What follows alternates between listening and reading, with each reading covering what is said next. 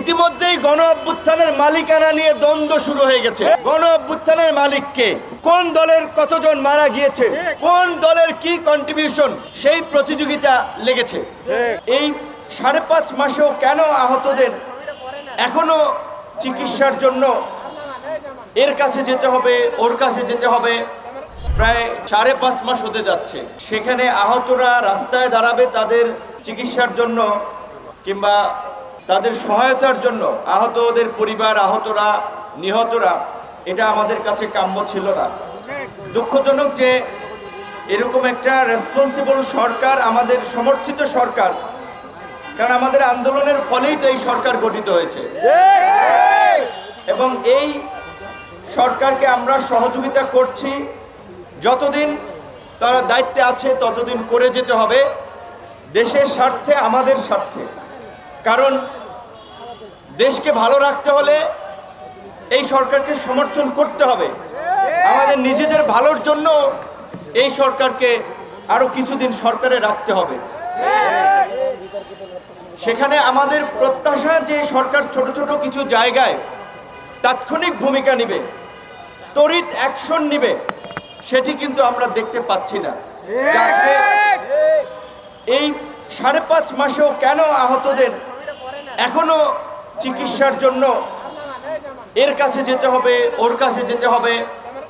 নিহত কিংবা আহতদের সহযোগিতার জন্য দাঁড়ে দাঁড়ে ঘুরতে হবে। এবং সবচেয়ে দুঃখজনক যে যেই ছাত্র তরুণদেরকে নিয়ে সবাই অহংকার করে, গর্ব করে, আমাদের সেই ছাত্র তরুণরাই কিন্তু জুলাই ফাউন্ডেশনের পরিচালনার দায়িত্বে আছেন। তাহলে তাদের কাছে কেন আমলাতন্ত্রের জটিলতা থাকবে? তাদের পরিচালনার অফিসে কেন লাল ফিতার দৌরত্ব, যেটা শহীদুল ভাই বলেছেন যে কাগজ হারিয়ে যায়?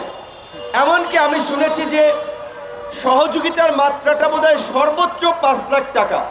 এই সরকারের বারবার আমরা বলে আসছিলাম, প্রথম এবং প্রধানতম কাজ হওয়া উচিত ছিল আহতদের খুঁজে খুঁজে বের করে সুচিকিৎসা নিশ্চিত করা, এবং তারা এতদিন যেভাবে চিকিৎসা নিয়েছে তার একটা ক্ষতিপূরণ দেওয়া। তারা যেভাবে চিকিৎসা নিয়েছে, পারিবারিকভাবে নিজের প্রচেষ্টায় তাদের ক্ষতিপূরণ দেওয়া, এবং বিশেষ করে নিহতদের ক্ষতিপূরণ দেওয়া নিয়ে আমরা দেখতে পেলাম যে নিহতদের সংখ্যা নিয়েও এখন কিন্তু দ্বিমত বা মতনৈক্য হচ্ছে, নানান ধরনের তথ্য আসছে। কোথাও কোথাও বলা হচ্ছে 1600-র অধিক নিহত হয়েছে, আবার কোথাও কোথাও বলা হচ্ছে যে অফিসিয়ালি 800+। তাহলে মুক্তিযুদ্ধের শহীদদের মতো হয়ে গেল যে কেউ কেউ বলছেন যে 3 লক্ষ, আবার কেউ কেউ বলছেন যে 30 লক্ষ। এই স্বাধীনতার 53 বছরেও কিন্তু মুক্তিযুদ্ধের প্রকৃত শহীদদের একটা তালিকা এই অভাগা জাতি করতে পারে নাই। অথচ মুক্তিযুদ্ধ নিয়ে ব্যবসা হয়েছে, মুক্তিযুদ্ধ নিয়ে চেতনার রাজনীতি হয়েছে। মুক্তিযুদ্ধের চেতনার নামে ভারতীয় হেজিমনি, ইন্ডিয়ান হেজিমনিতে এইখানে 15 বছর আওয়ামী ফ্যাসিবাদ কায়েম হয়েছে, কিন্তু মুক্তিযোদ্ধাদের প্রকৃত সংখ্যা এই জাতি এখন পর্যন্ত জানে না।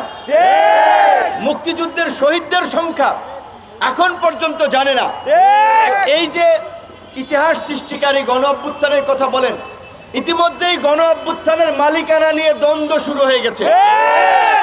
গণ অভ্যুত্থানের মালিককে, কোন দলের কতজন মারা গিয়েছে, কোন দলের কি কন্ট্রিবিউশন, সেই প্রতিযোগিতা লেগেছে।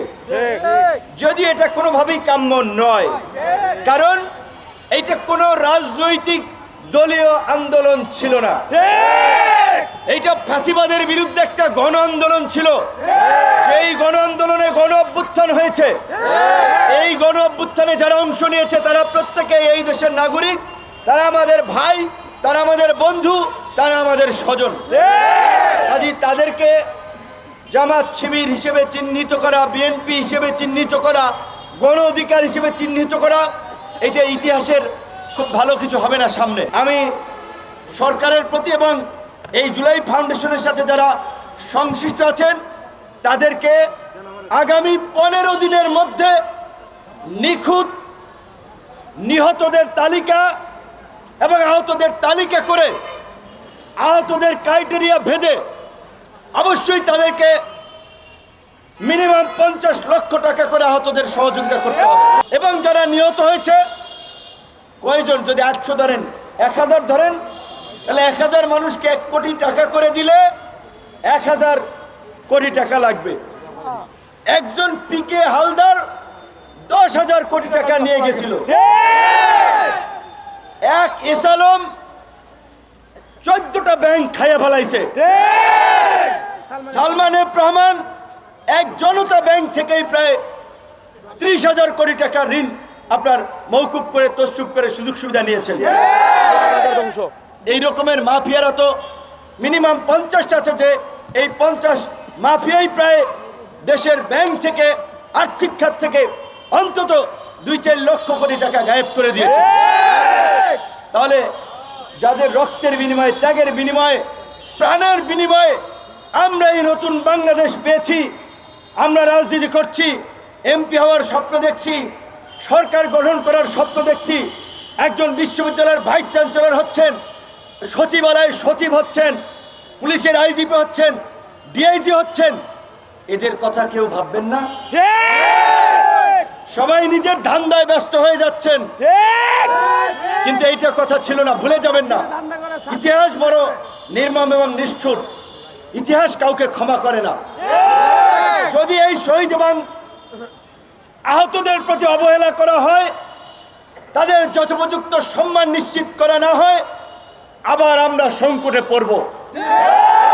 সেই সংকটে সবচেয়ে চরম মূল্য দিতে হবে রাজনীতিবিদদেরকে। কাজী রাজনীতিবিদদের উচিত এই বিষয়ে জোরালো ভূমিকা পালন করা। আমরা বলেছিলাম যে এই সরকার আন্দোলনকারীদের চিকিৎসা সহায়তা নিশ্চিত করার পাশাপাশি এই গণ অভ্যুত্থানে যারা গণহত্যা চালিয়েছিল, বিচারের মাধ্যমে তাদের ফাঁসি নিশ্চিত করতে হবে।